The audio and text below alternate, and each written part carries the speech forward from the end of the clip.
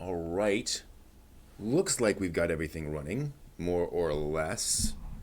It's time for Workshop Wednesday, time for some painting, time for all that madness that we often do when we paint. Grab my little bowls here, because we're going to start painting some minis. Let me just sort of figure out. Okay, so there's my work surface, more or less. Let me just shift that over a little bit so I know what's on camera and what's not. There we are. That works fairly well. Shift that up a little bit. Okay, so today we're going to be painting some minis, not too surprisingly. That's going to be the plan.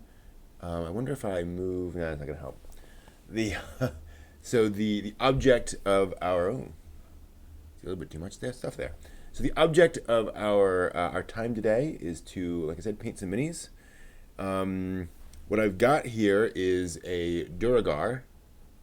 It's a little hard to see. Let me add a little more light on him. So there's our Duragar, and I want to match that paint job pretty closely with these other minis, which are just plain white. I've also got some sort of random villagers here that are doing their thing. And I've got a few various, so there's like a noble type character. So I want to paint those up. And I've also got these little, there we go, basically bags of supplies. So I want to give those a basic coat. So what am I going to start with? Oh, and then one more thing. May not get to all of these tonight.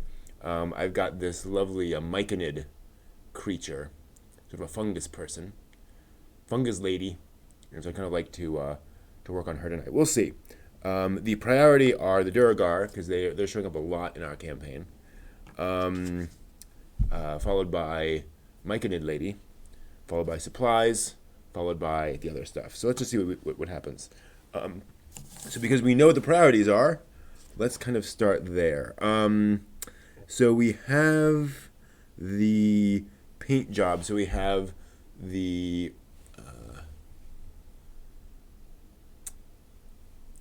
main body is black with brown boots and such. And we have the blue skin and the silver shields. So I think I'm going to start with that black coat on there. I might actually, though, for these, change that around a little bit. Give them more of a gray. I don't have any gray. Oh, there it is. Gray got shifted around. So I might actually give these guys maybe a gray with a little bit of black base. So let's, maybe easier over, if you see it over here, I think so. So let's just grab some gray out of this. That seems like a good amount. Let's move that over here. Maybe a little more. I always use too much. That seems like plenty. I'm gonna just put that right there. And I'm gonna grab a touch of black, because black just overwhelms other colors. Literally just that much. And I'm going to mix that in. Yeah, I may have already overwhelmed that black, that gray, that black. But I am getting kind of an off black. So it's not, not coal black, but I think what I will do is grab some more gray, not because I need more paint, but just to lighten up the color. Hopefully that will help. Yeah, so I'm getting sort of I don't know, maybe a charcoal color there. That'll do. Okay. Just a slightly different take on that. Put that down there. We will get our paints back in place. Yeah, that's weird. Okay. So, I need, first off, I'm going to grab a glove so I can hold it with one hand. Otherwise, bad things happen, i.e. paint goes everywhere. I need a pretty small brush for this, so I'm going to grab this guy, which is a pretty small brush, as you can see. And I'm going to take these minis. I'm actually going to move this over here because otherwise I'm going to get paint everywhere. I'm going to grab some of that, and I'm going to slather it all on his body. And yeah, I think we're just going to go fairly intense here on all these body details. I'm not going to paint places where I know I want other stuff to go, but otherwise I'm just going to be like, yeah, let's just give him lots of this.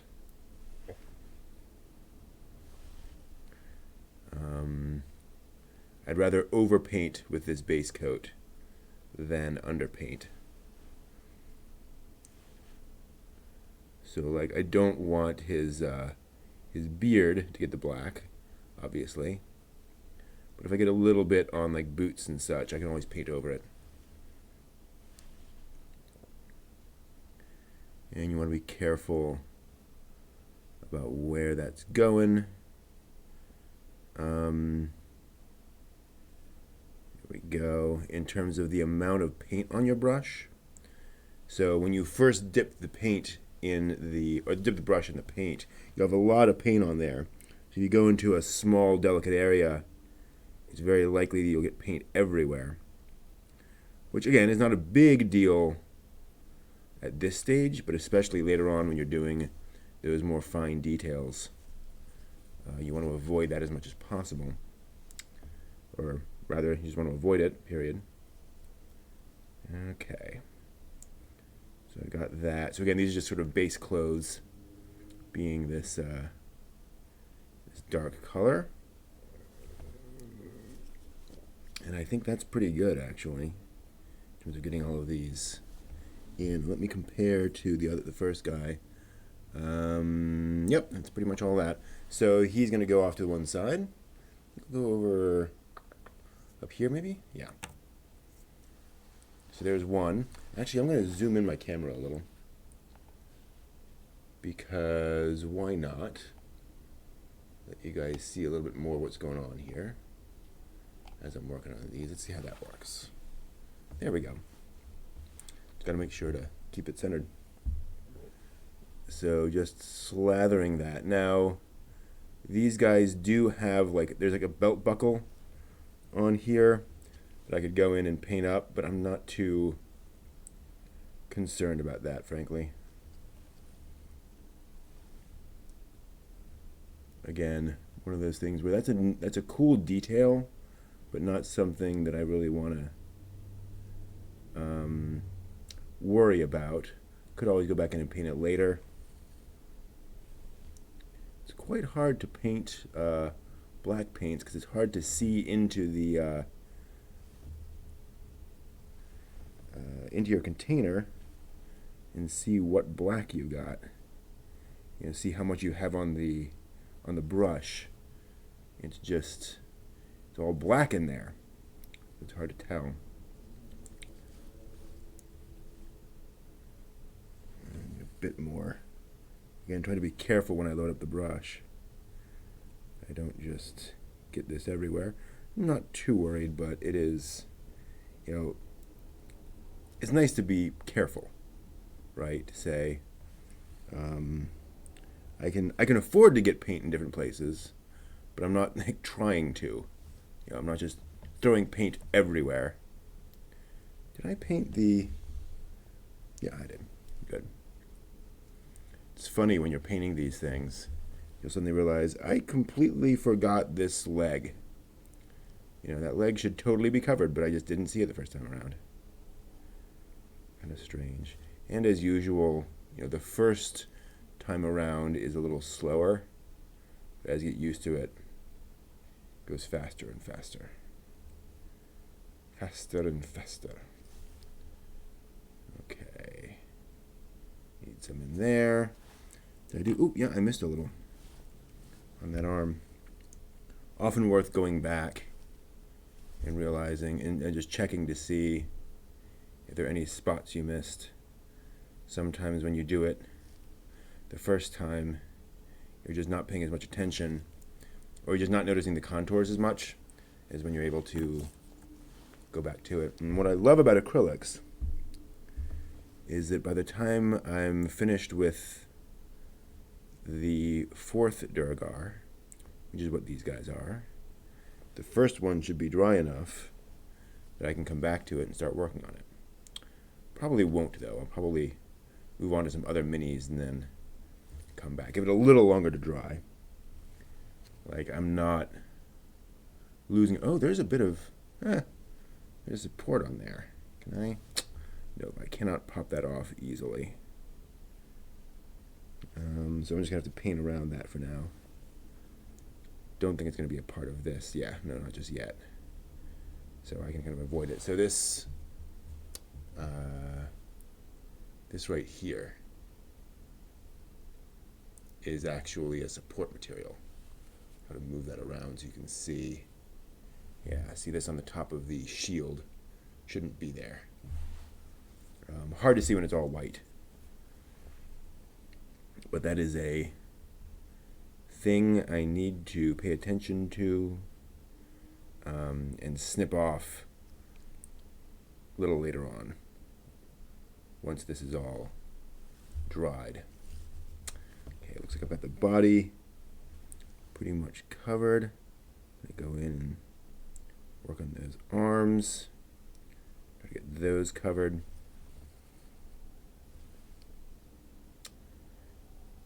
The really skilled folks will come in and throw like dirt onto here and all sorts of other stuff. I'm not quite there yet with my level of detail on those things. It's not that I couldn't, not that I can't.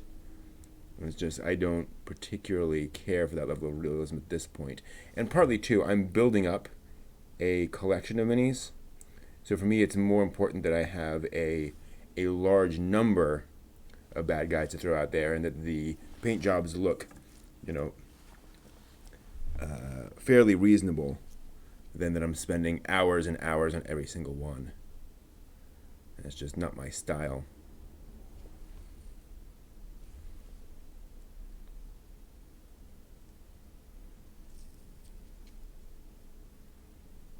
Right, get that around here.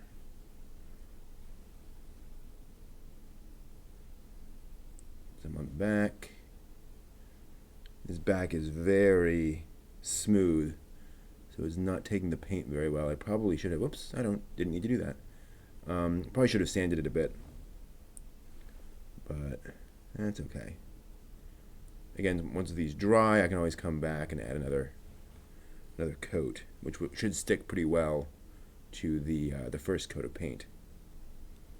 Even if that coat is a little thin. Ooh, I'm getting sloppy here. Okay, let's slow down a bit.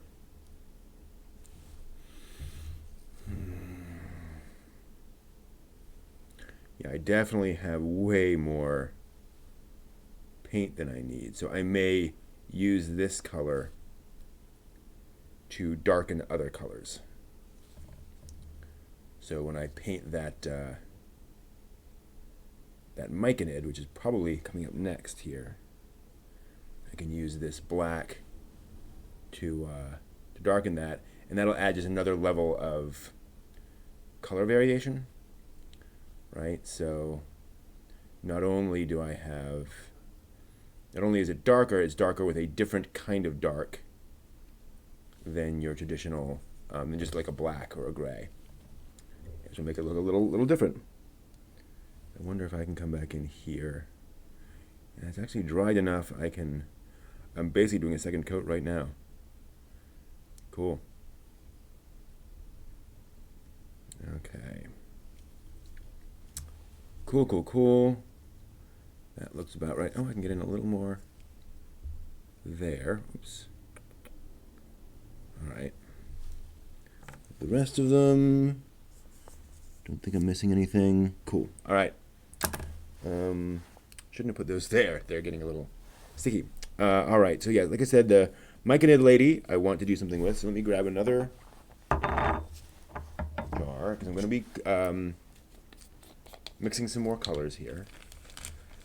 I want her. Actually, let me just double check. I don't think I have anything on my fingers. So I'm going to pull up in.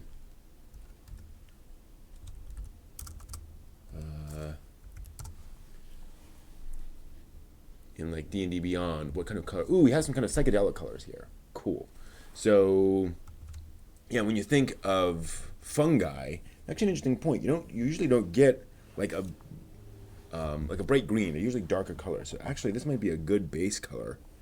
It's not bad at all for her. All right, let me just double check my mini. See if there's anything else I need. Oh, actually, yes, I do. So let me fill in some of these spots. We need a little more paint.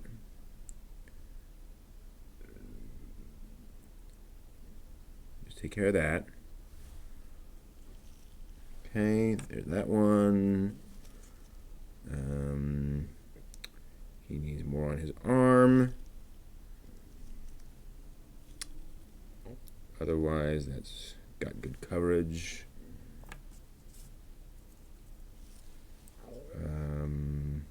Just a little thin. So I'm going to add a little more paint in various spots just to thicken it up. Yeah.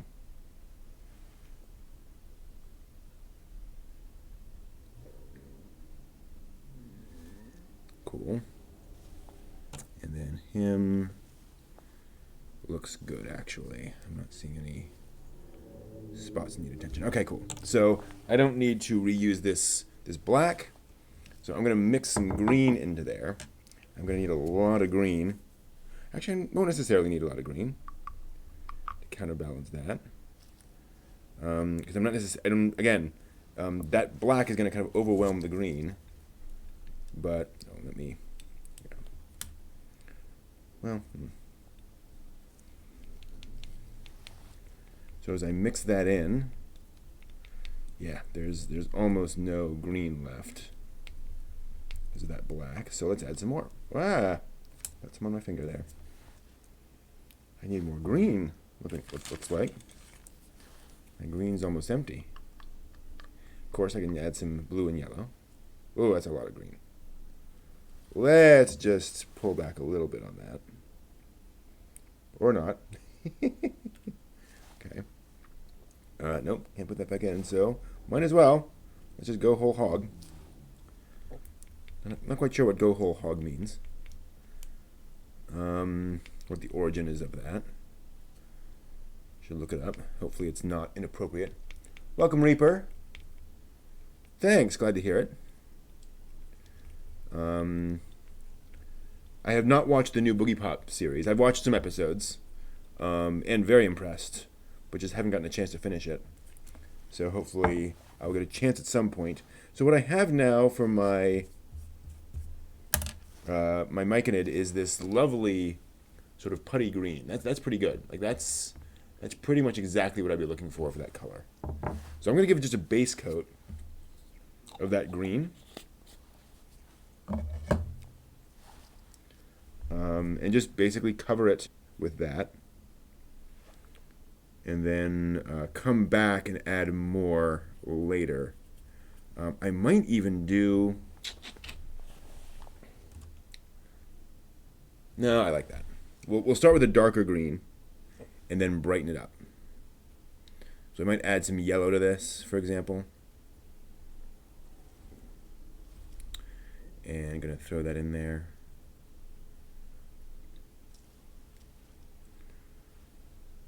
Yet, unfortunately, reviews these days don't get much traction on YouTube. Folks really aren't looking for reviews anymore. They're looking for more opinion pieces. So I will probably be shifting around kind of how I do things to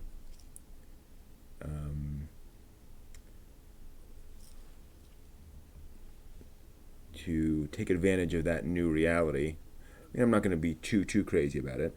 Although I have some pretty strongly opinionated videos in the queue. But got to find that right middle ground between still being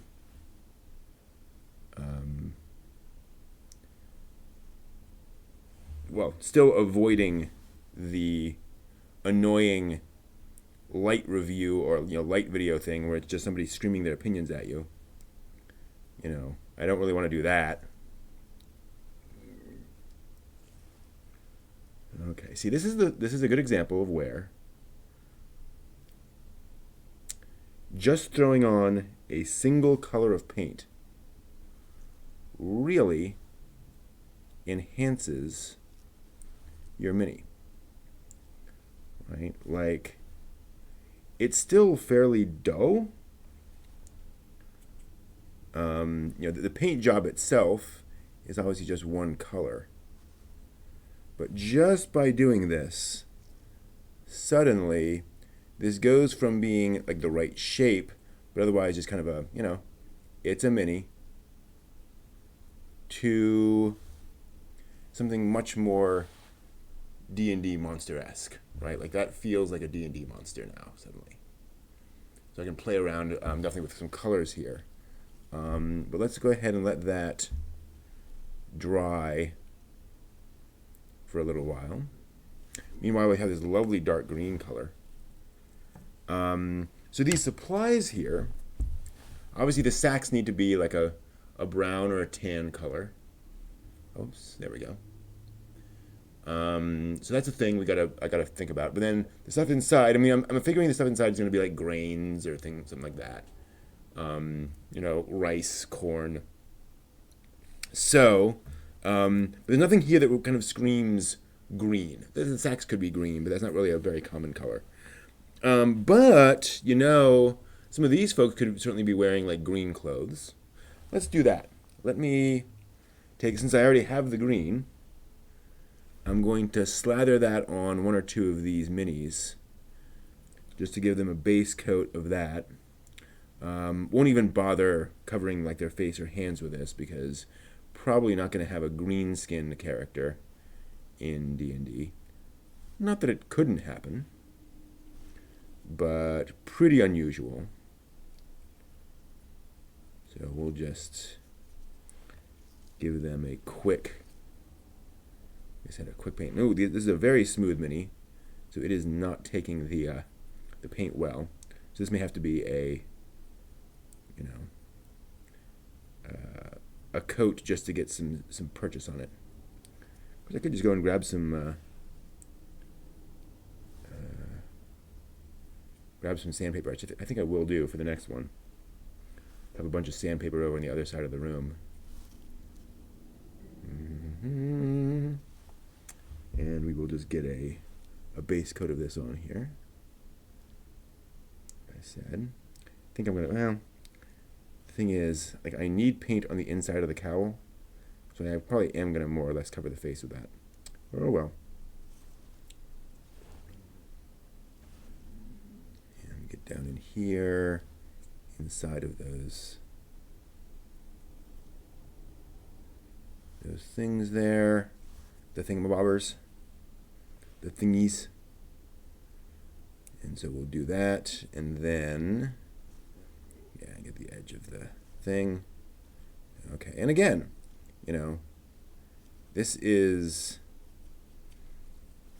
a very basic paint job, but this is something now a mini you could throw on the table, and it has some character, it has some weight.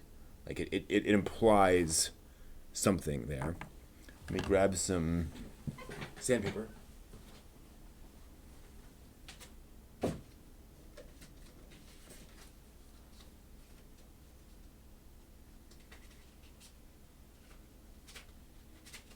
Come on.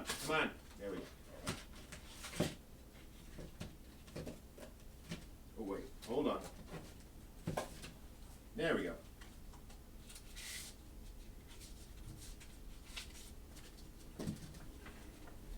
I've got a 400 grit sandpaper here.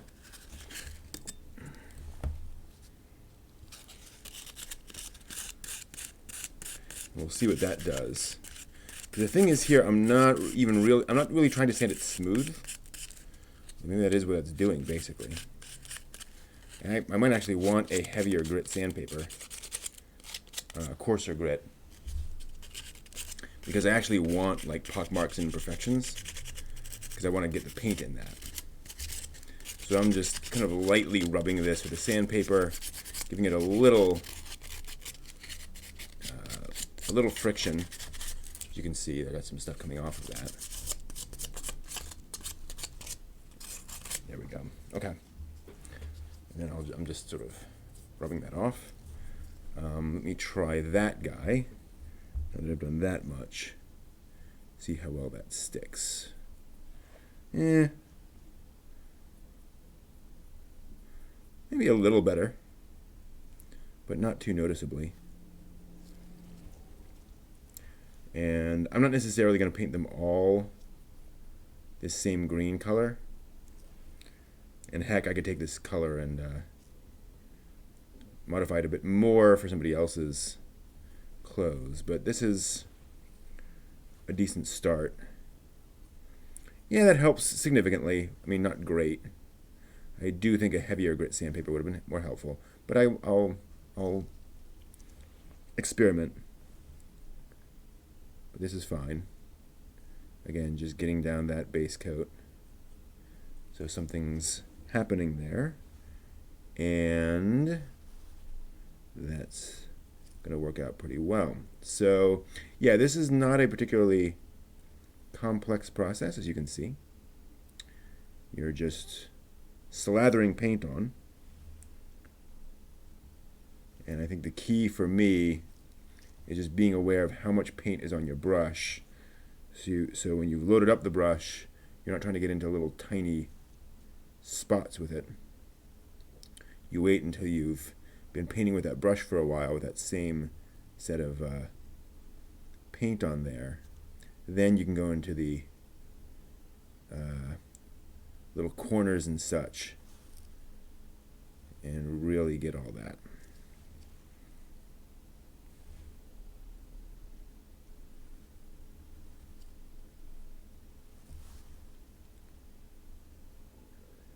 All right, that's looking pretty good for a, initial coat. Actually, I gotta say that took that paint much better, like noticeably better. Oops, hold on. There we go. There he is. Come on, focus. There we are. Pretty good. Okay. Again, just making use of that color while we have it. When I want to use that on any of the other characters, I have this, this woman is wearing this lovely gown. I think it's going to be, would it make sense to have a dark green gown on a, no, not really. So, let me lighten up this green. I'm going to make a mud here more, sooner or later. I'm going to add some yellow to this green. And then use that, although actually, no, not just yet. Still waiting for the micanid to dry, and it's still fairly wet. So we're going to hold off on that. Let me do my sacks. And I've got just a plain brown here. And I think I'm just going to use that straight for the bags. And I'm going to have, so I don't need a particularly detailed brush on that, so I'm going to go with a slightly larger brush. And I'm just going to actually, before I do that, so these are fairly rough. I'm going to sand off some of these. Now, you will notice I am sanding despite there being like wet paint directly beneath this, so I could be getting some little bits of the material in my paints. I'm going to move like the open paints out of the way. But if I get a little bit of plastic bits in my in my paint here, it's not going to make a big difference. Like I'm not going to notice that. It's not really going to affect the quality. All right, so that one's been sanded. And this is less to make sure the paint goes on these because this plastic takes paint really well. It's just to take off any little odd bits of plastic that are hanging off. Just clean it up a little bit. because these printers are, these desktop printers that are just a couple $100 each. The level of detail on them is not necessarily perfect. You get a little bit of stringing here and there. You get some plastic hanging around. So doing a little bit of sanding work often just really helps a lot with the making them look good. And yeah, just kind of trying to get those little spots that could benefit from some extra help. Okay, and there's a little bit of plastic hanging off there. I can just rip off. Good. Okay, so like I said, let's just grab this brown. I'm going to move the green a little bit out of the way. Bring in the brown. Bring in the brown. And just dip in there. I'm just going to cover that with the brown. You know what? I don't like this brown very much. Now that I'm putting it on here, it's a little dark for your average sack. So I'm going to immediately grab that. I might not even... So would I put this? I think I will. I'm going to put some paint, which you can't see. I'm going to put some paint in here. Actually mixing it up a little bit. A little separate. It's been a while since I've used this brown. And I'm going to throw at least that much in there. Yeah, I need more than that. And this is a pretty... It's kind of thinned. Or it is thin. I don't know if it's always been this thin. It certainly doesn't seem like that. Okay, so yeah, it's a thin brown. Then I'm going to add just some white to that. Just plain thin that out a little bit, paint-wise. That's a lot of brown. But I might end up using this for some of the other folks in here. And this could be a decent skin color, too, depending on how it turns out. Okay, so that's thinner, but not thin enough. Or lighter, not light enough. I can go there. Put that in.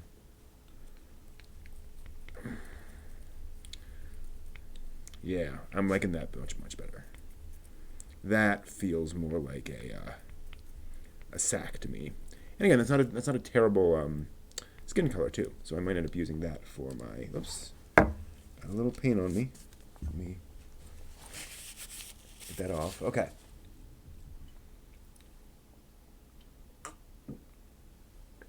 Yeah, I think we'll have some folks with that skin color. All right. Just gonna pop some of my paints back in for now. Then we're gonna take this. I'm gonna grab this again, and I know I've already got some of the darker brown on there. I'm okay with that. I'm just gonna paint right over it, and I might get some of the darker paint on my brush. I'm okay with that too, because that just means I'm gonna have some slight variations in the colors of this, right? Ooh, okay. So I'm just throwing paint all around here. And you might even have noticed that I didn't like really carefully paint the or mix the paints here. There's a little bit of white trailing around, and again, I'm okay with that. I need to make sure I paint the edges here. So I think I'm going to go ahead and be fairly liberal with spreading around this paint. I'm going to let it get in there, and again, I will come back and repaint that. I'm definitely going to need to do some repainting. So what I'm going to do, I'm going to leave this like this. Obviously, holding on to it is a bit problematic, so I'm going to have to kind of let that dry, come back, take up the other bit. So these are going to look a little weird.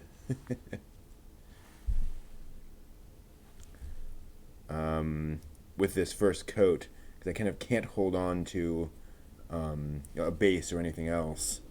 But I'll come back. Yeah, I'm very happy with that sack color. And don't get dirty. Don't need to get dirty.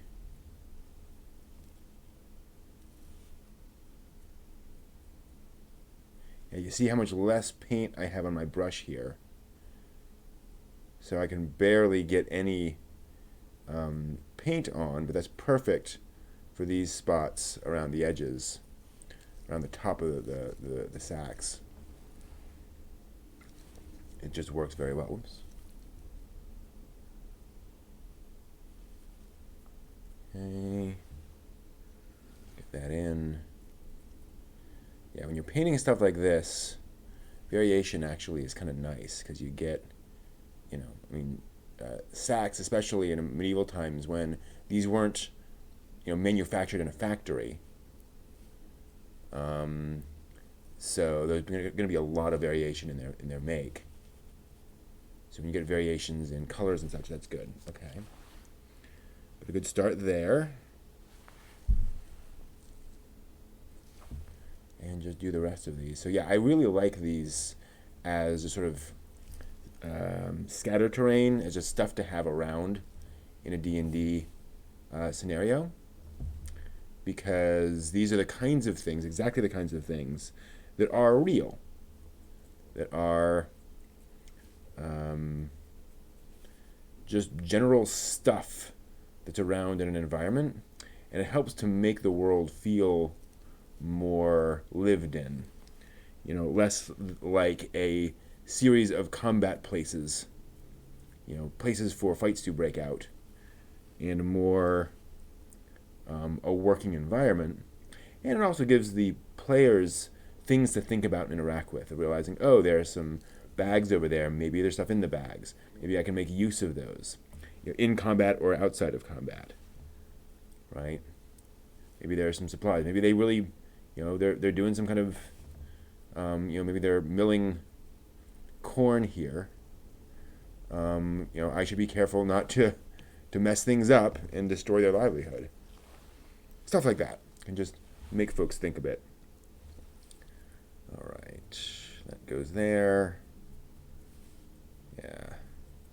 And actually, the fact that this is a thinner paint is kind of working to my advantage, because as the paint dries, as long as I haven't completely slathered it on in really thick layers, it's a little uneven because of that thinness, and that in itself adds some variety to the to the bags, which is kind of cool. So that might help me a bit. I'm going to actually try to spread out this paint a little bit more and not try to make it quite as even. Okay.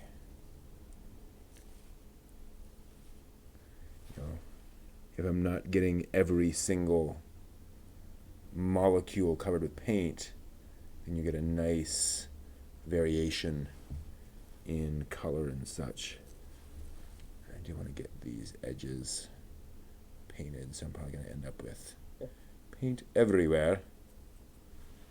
But again, I think we can come back in that and clean it up a little bit.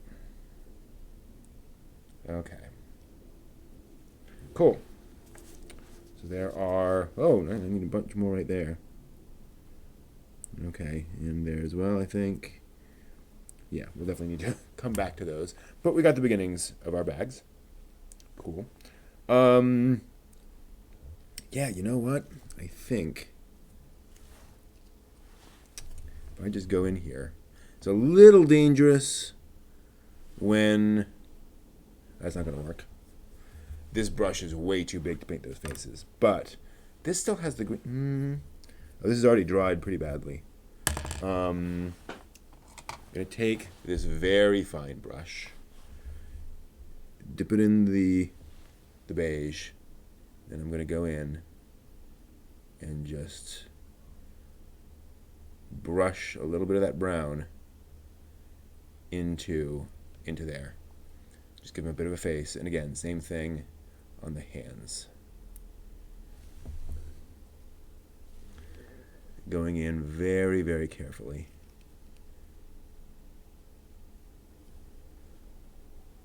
To try to get full coverage on the hands. That's rather nice. And then the other hand.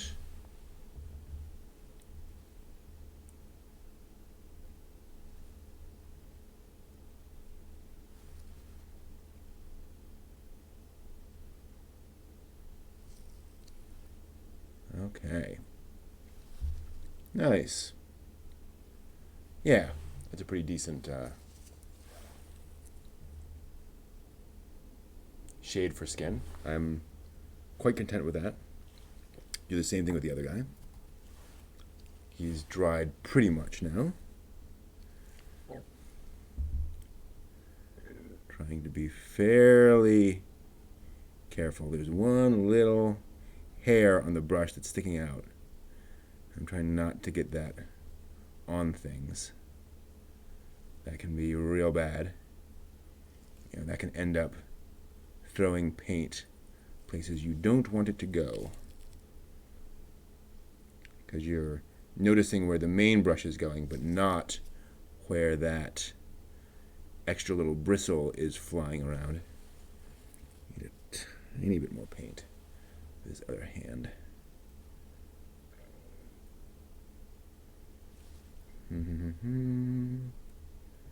This goes here.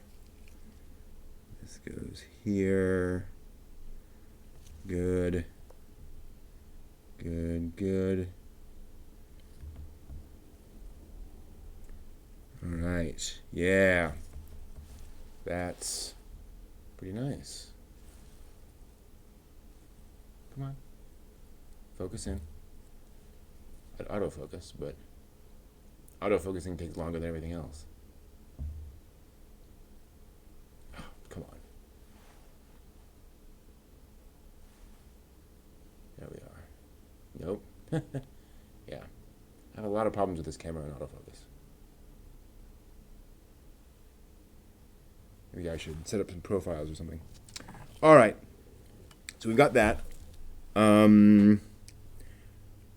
So I think next step, how is my Myconid doing?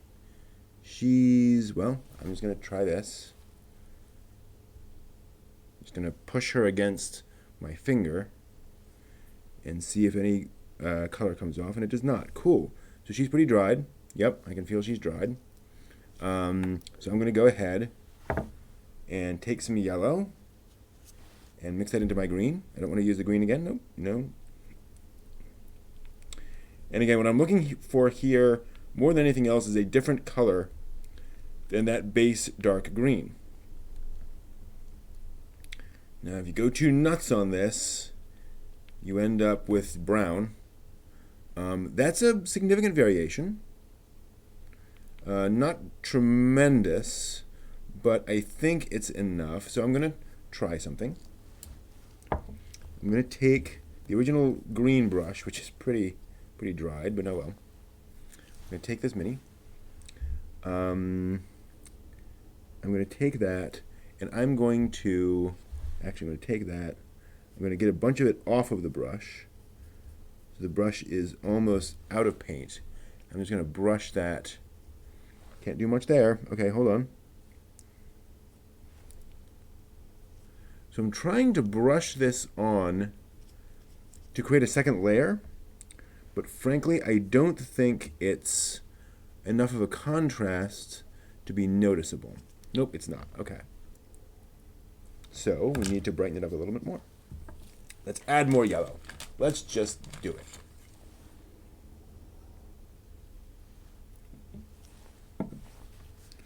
Tons of paint here. Way more than I need. Okay, this is definitely feeling like a significant modification. Significantly different color. Yeah, that should stand out. Okay, cool. So now, I take that brush, I'm going to grab some of that green.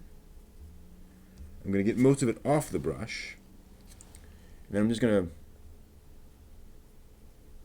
very carefully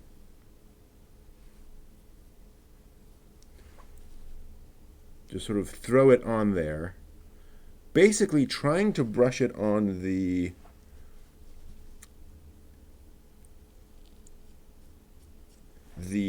veins and not get too deep.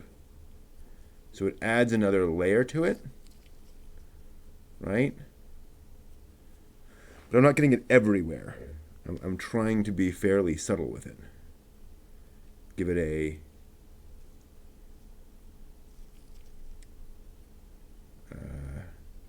kind of that layer effect. That's pretty cool. You can see how it's now has that extra, come on, has an extra kind of little level of detail. And I'm going to add quite a bit actually to the top. I think I want the top to be, well actually I'm going to paint the ends of her arms, lack of a better word, with this green. And again, I'm not trying to slather it on. I'm trying to be thicker with it here, but not covering it everywhere. So some of that dark will hopefully still show through. And that's pretty cool. I like that a lot. And I'm going to make her face basically this entire color. Not that she really has a face, but where the face would be, I want this lighter color everywhere, just to make it a little different, make it feel notable, so to speak. That's nice. Yeah, okay. And then the question is, okay, a little bit of yellow here. I'm going to kind of dot her head with a yellow and make this sort of mottled thing here, maybe. Don't quite want to do polka dots, but give that idea of, of some kind of color variation like you get in nature. Huh, not too bad. I might go with a very different color up there. Maybe even almost like a white. Yeah, not thrilled with that. Some of that. Do I have any white sitting around? I do. Grab some white from over there. And just kind of dimple that all over her crown. No, that's not really working either. Okay, so then let me just rub it a bit, and maybe I can get some kind of weird effect out of that. Yeah, okay.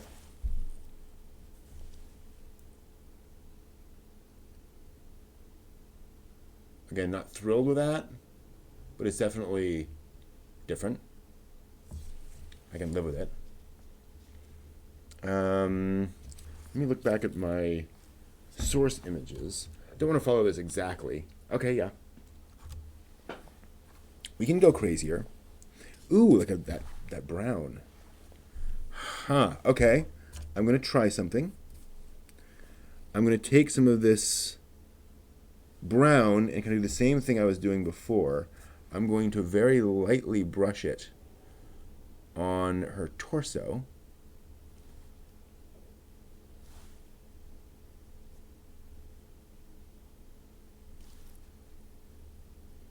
Just as almost like a highlight. That's cool. Okay, I like that a lot. I think that does add a lot to her torso. Cool. I think we're good there. How about the hands? The hands need to be something. Let's take the green, the bright green, and I'm going to make the hands the brighter green, like solid bright green. You may do something completely different, and I respect that.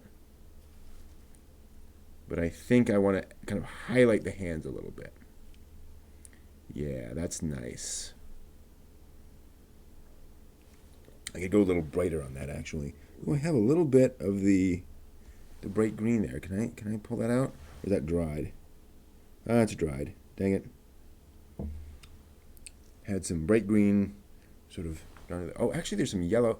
No, no yellow. I'm good. I think anything more on this would be gilding the lily. Obviously, there are mini makers who could make this look a lot better, but that definitely is interesting and evocative. So I'm just going to stop there on her. Duragar. I need to come back to these Duragar and take care of them. So what do I need? I need their skin.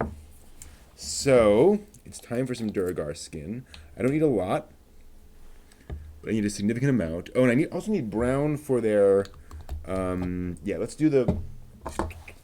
They need boots and such. So let's do boots and such. But I am low on brushes. So give me about 30 seconds and I will come back and I will have these washed. So please stand by.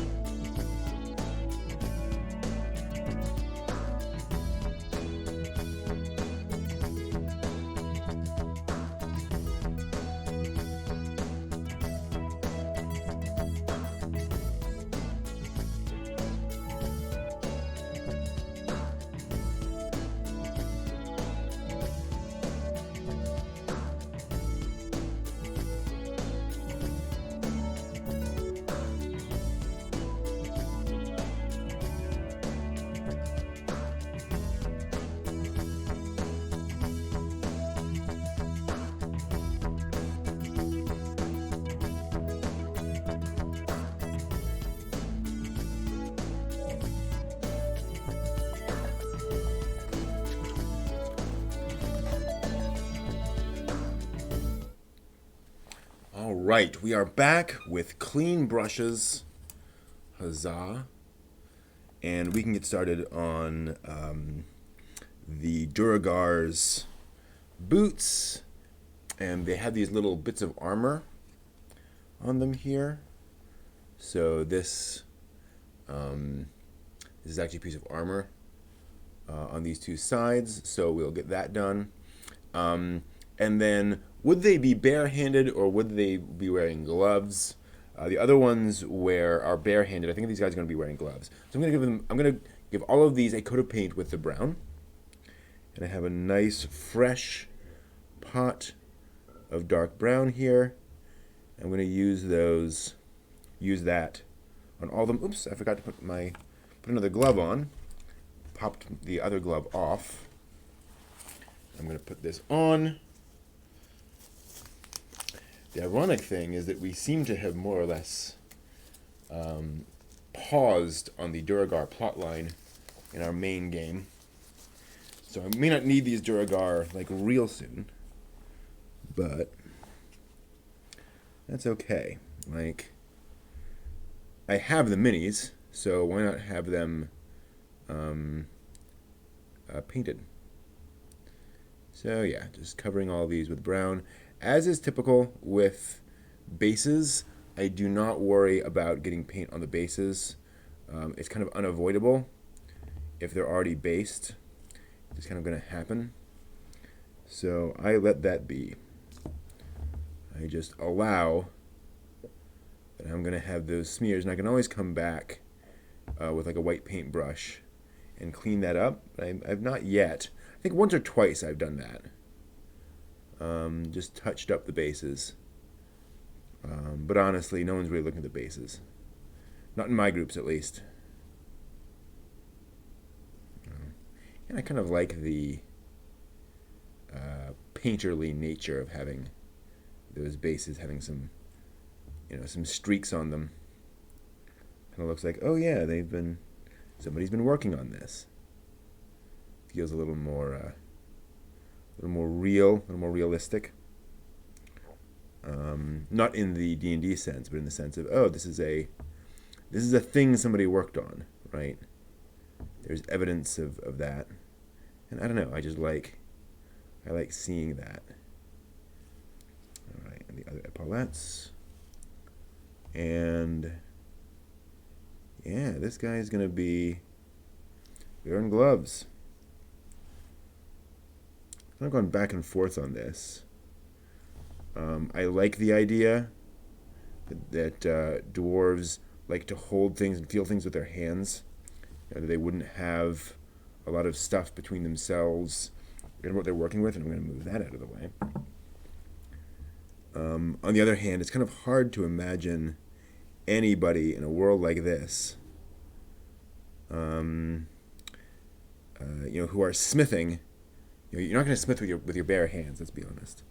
Did I do the inside of these things? I did. Okay. I'll have to come back with some metal paint for the shields. But good. Okay, we've got him done, and the rest of these should go pretty quickly. Oh, I got to clip off that thing. 1 second.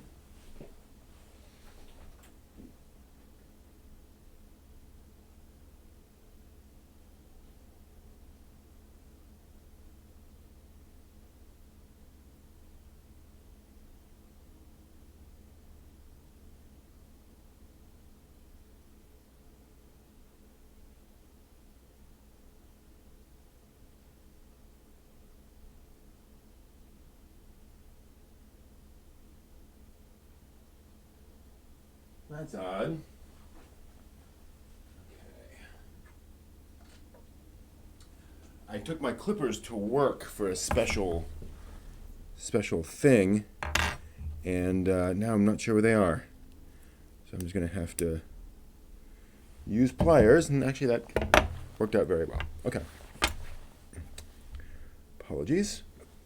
Back at it. Yeah, everywhere here. Boots.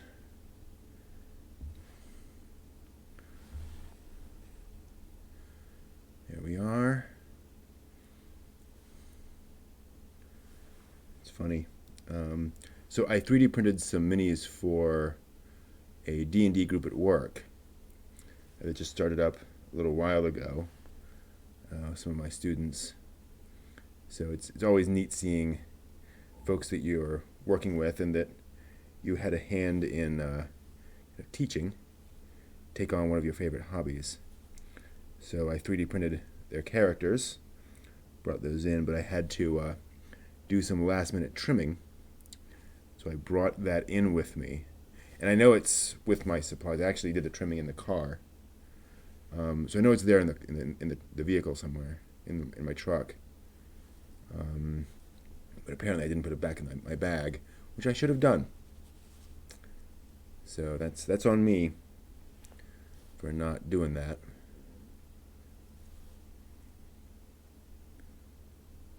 Okay. Get that glove on.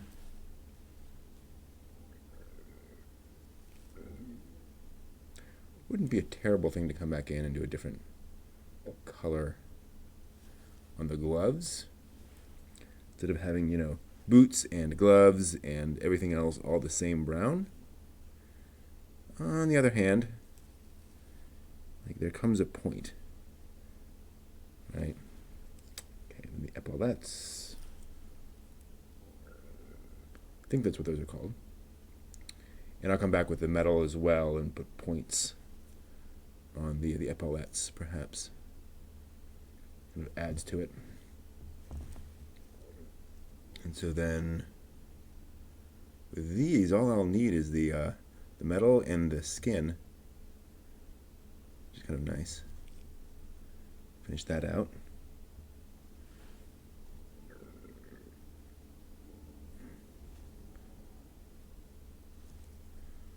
Okay, get it underneath there.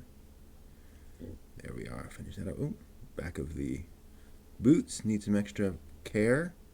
Side there.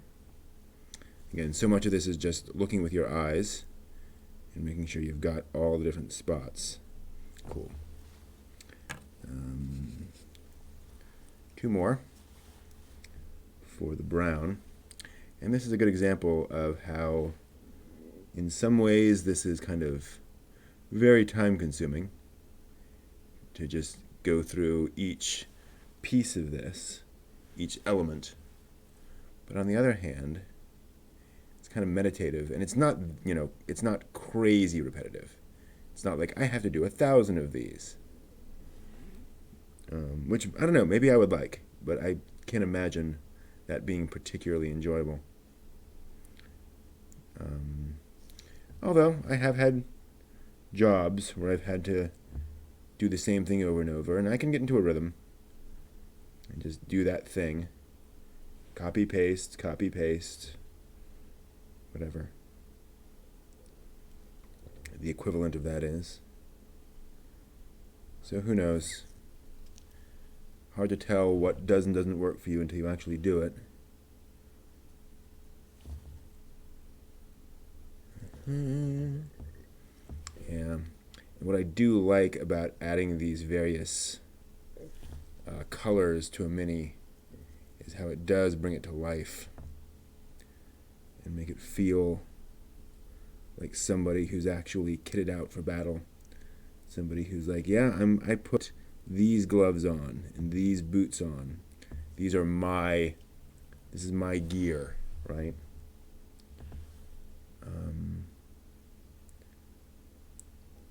There's just something to the way another person dresses that we key in on, the decisions they make kind of socially around their equipment and their outfit, that we do seem to respond to, even if we're not particularly fashion conscious ourselves. Goodness knows I'm not. We still do notice these things. Right? Like, even if you don't wear fashionable clothes, you're generally still at least aware of people who are or are not fashionable. It's an interesting aspect of the way we seem to be wired as at least modern social creatures. Maybe that's just a Western thing, I don't know. It does seem to be fairly universal across cultures. That awareness of social cues around clothing. I'm sure there are, old tribes in the Amazon where everyone goes around, wearing nothing but bracelets and necklaces. Where folks are like, oh, did you see her necklace? How dare she wear that out in broad daylight? His loincloth, come on. Terrible. Who knows? Whoever knows. All right. So we'll come in here on these epaulettes. Get some brown in there. Wonder if there's a better way of showing this to you. Maybe I'll find some way of clamping these down. Oh, I've got another support on this one. Hopefully I can pop this one off as easily. Just sort of gentle pressure. Ooh, no. Oh, there we go.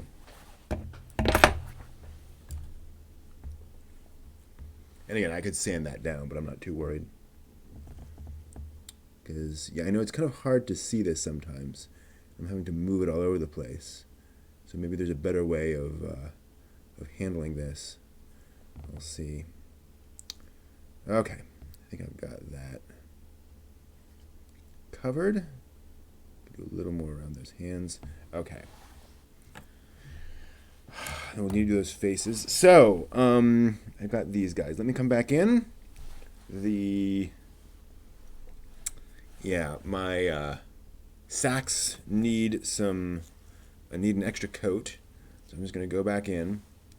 And frankly, I'm just going to take this paint and just throw it around again. And try to get in all the crevices I didn't get into before. In fact, I might just get everywhere. Just even in around it. Yeah, let's just go nuts. Let's just go nuts. Get in everywhere. Just a full contact paint situation here. Yeah, we're just gonna get paint everywhere. Okay. Yeah, I'm fine with that. So there's now brown pretty much everywhere I could possibly go. We're even gonna get in there. Yeah, let's just throw in paint everywhere. And I'll come back and repaint the insides. Okay. I think that's better than the alternative, where we would end up with holes here and there and bits of white showing through. When I was first painting these, I was talking about how nice it was that we could get some variation, but I'm seeing now that that's actually not really working out. I basically need to just slather paint everywhere. Otherwise, you do get little spots where you have white showing through, and these bags just shouldn't be white. They should be brown. So let's just get paint everywhere it could possibly be. And partly I think it's because this is a very wet paint. So that's kind of hindering those efforts. Okay. There we go. Oops. There we are. Okay.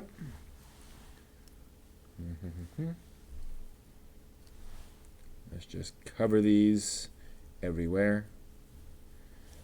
And you know, this is a very personal thing. And just how you want these things to look. You know, I've seen a lot of different mini paint jobs and terrain paint jobs. A lot of them amazing, and people just take so many different approaches to, you know, what done looks like. And I think while we're always improving, we're always getting better, hopefully, ideally, it's important to sit back and realize, well, they want one thing, I want something else. And so maybe, just maybe my version of this is more colorful. You know? Maybe it's more utilitarian. I'm going to get some paint on the bottoms of these. Because sometimes they'll, you know, fall over. That kind of thing. And if it's just a, you know, plain color underneath there, it can look a little cheesy. Don't care too much, but it'd be nice to have that a little less obvious. And yeah, I'm just going to get paint all over in here so I can come back and improve. Yeah. Cool. Again, I still don't know what I'm going to put in these bags. But that's pretty cool. All right. What now? I think let's do the Duragar's facial features. Because that's basically just dabbing onto their heads at this point. That's the only exposed skin they have. So I'm going to grab some blue, and I'm actually going to mix this. See if you can see this. Not really very easily. So I can put it maybe right here. Move these over to the one side. So I'm going to grab some blue. Little dab will do ya. Put it on there. Maybe a bit more than that. I'm going to add a bit more than that.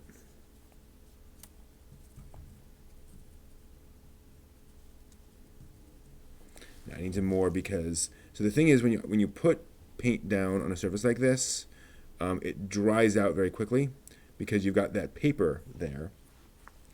So I need also some white.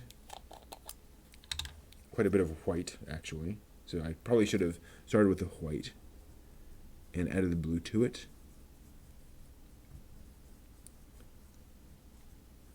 And I'm trying to more or less match the color of my original mini. And see, the more you mix on here, the more it spreads out. Getting paint everywhere. Ooh. Okay, I'm gonna have a blue thumb. Yeah, all right, I'm gonna go with that. Okay. So I'm gonna pick this up. And again, there's nowhere here that, so even though that brown is drying, still a little bit wet, I'm okay with that because all I need to do is get paint on his head. And it's really hard for me to tell, actually, where his head ends and his hair begins.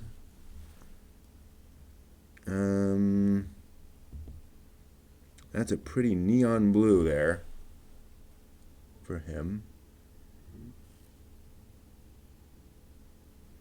I'm just going to kind of vaguely throw paint on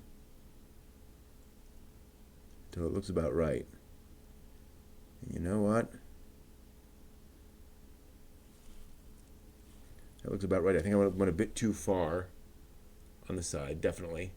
I may come back with some white paint to recover on one end, but yeah, I've got some skin. It's pretty bright blue.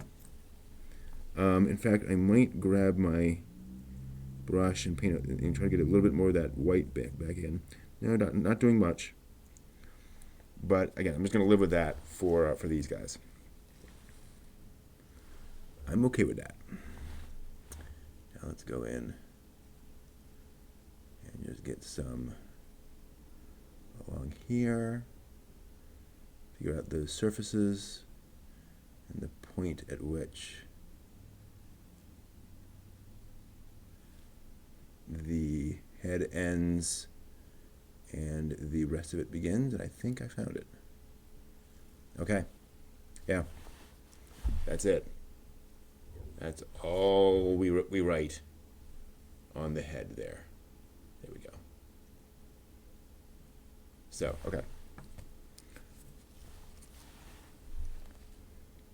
I've got plenty of this blue left. I wonder if I can put any blue on the Myconid. Like, is there anywhere that would benefit from some bright blue or a blue shade of something? I'm not sure.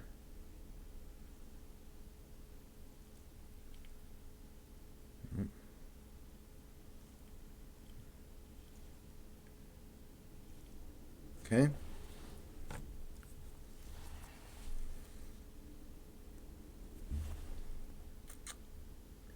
There's also the aspect of where I'm like, you know what, this is not my favorite blue, but I can always come back and spend just like 3 minutes mixing up another color and making it quote unquote right. There. Okay. Again, I'm fine with that. Anywhere else? This is a pretty bright blue. Ooh. Ooh. Is she wearing a blue dress? She is. She is wearing a blue dress. Whoop. Let's sand her down a little bit, again, to give the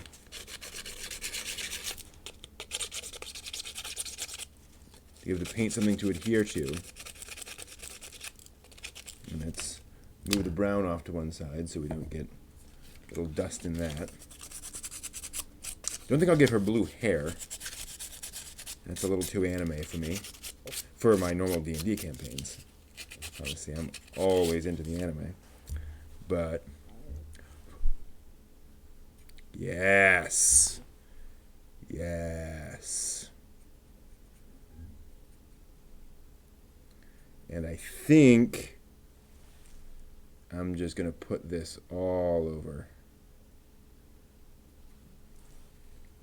I think it's more or less a full body dress. Yeah. So we're just going to throw this everywhere. It's a lovely shade of blue as well. Good. I'm very happy about this. Ooh.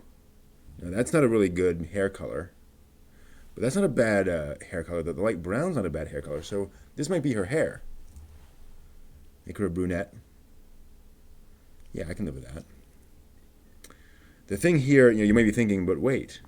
Folks will notice that one thing is this color brown, the other thing is that color brown.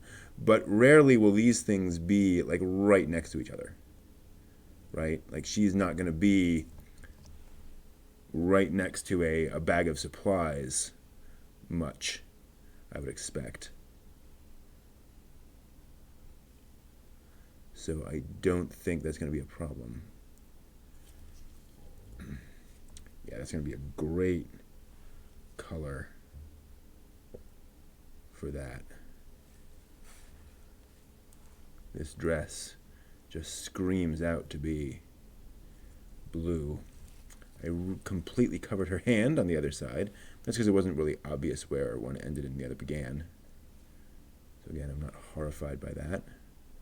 I'll always be coming back and adding that in. Okay, yeah. Let's just make sure we get all of it.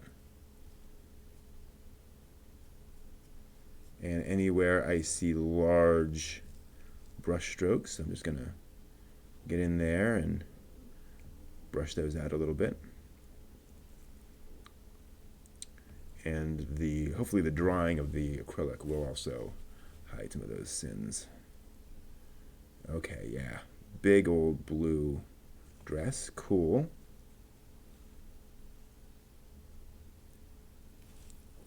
Yeah, that is the correct color for her dress.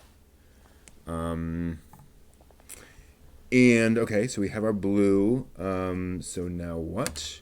We need I think the brown's dried enough for us to go back in and add some. Let's do some steel, I think, for their stuff. Oh, my brushes are all used up again. Yeah, and I'm going to need those, so please stand by.